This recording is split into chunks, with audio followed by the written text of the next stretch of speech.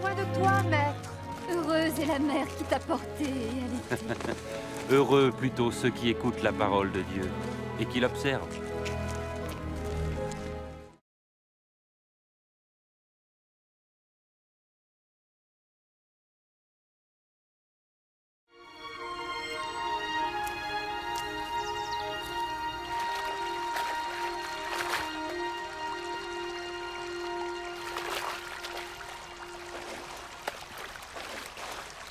Apprends-nous à prier, comme Jean l'a appris à ses disciples. Quand vous priez, dites « Notre Père qui es aux cieux, que ton nom soit sanctifié, que ton règne vienne, que ta volonté soit faite sur la terre comme au ciel. Donne-nous chaque jour notre pain quotidien. Pardonne-nous nos offenses, comme nous pardonnons aussi à ceux qui nous ont offensés. Protège-nous contre la tentation et délivre-nous du mal. »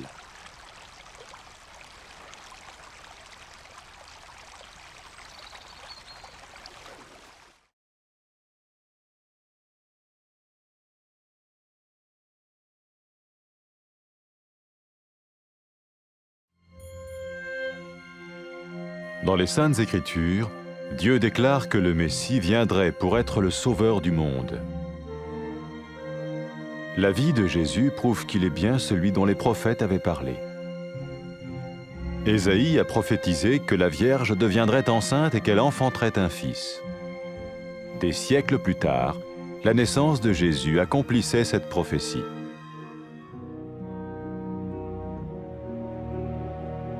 Les Saintes Écritures déclaraient que le saint à naître serait appelé le Fils de Dieu. Cela signifiait que Jésus serait le Fils de Dieu au sens spirituel et non au sens physique. Nous le voyons par sa manière de vivre. Il a guéri des malades, il a pardonné leurs péchés, les a ramenés à Dieu et leur a promis une place dans le royaume éternel de Dieu. Il s'est offert lui-même en sacrifice pour le péché à leur place. Puis il est revenu à la vie, victorieux sur la mort selon le plan de Dieu.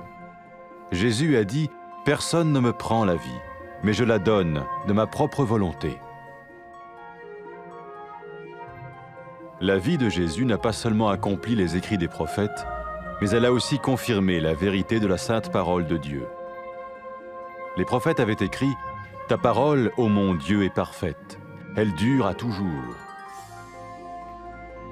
Jésus lui-même a dit « Le ciel et la terre disparaîtront, tandis que mes paroles ne disparaîtront jamais. » Jésus est venu pour nous donner la vie dans toute sa plénitude. Mais quand l'homme a désobéi à Dieu dans le jardin d'Éden, il a choisi sa propre voie et ses actions l'ont séparé du Créateur.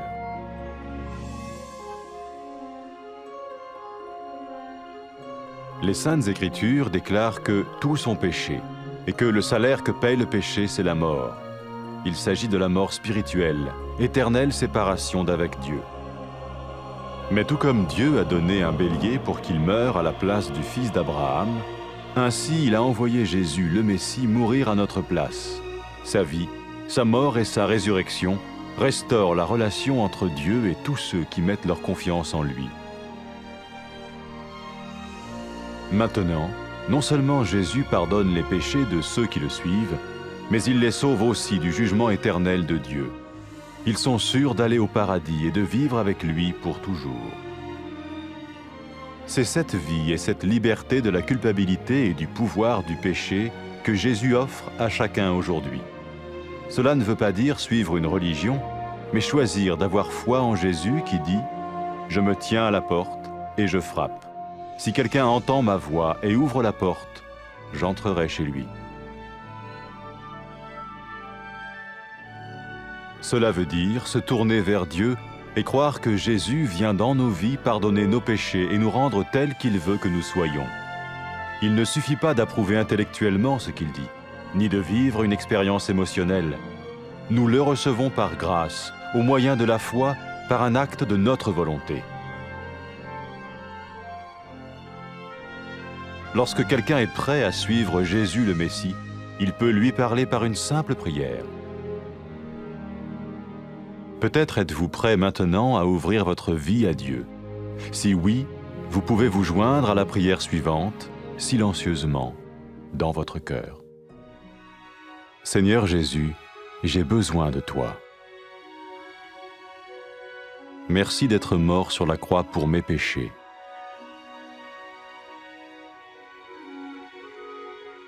Je confesse mes péchés et je m'en repens.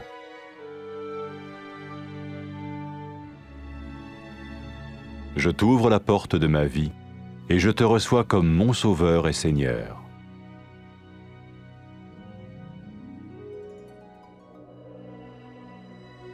Merci de me pardonner mes péchés et de me donner la vie éternelle.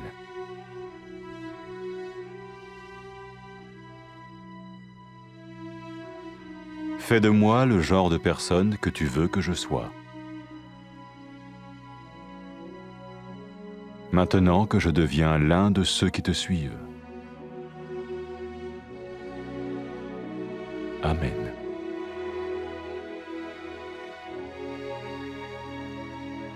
Jésus a dit à propos de ses disciples, « Mes brebis écoutent ma voix, je les connais et elles me suivent. » Pour expérimenter la vie en abondance promise par Jésus, ceux qui le suivent parlent à Dieu chaque jour dans la prière et lisent ou écoutent sa parole. Ils parlent de lui à d'autres personnes et rencontrent régulièrement ceux qui l'aiment et le suivent. N'oubliez pas sa merveilleuse promesse. Tout pouvoir m'a été donné dans le ciel et sur la terre. Et sachez-le, je vais être avec vous tous les jours jusqu'à la fin du monde.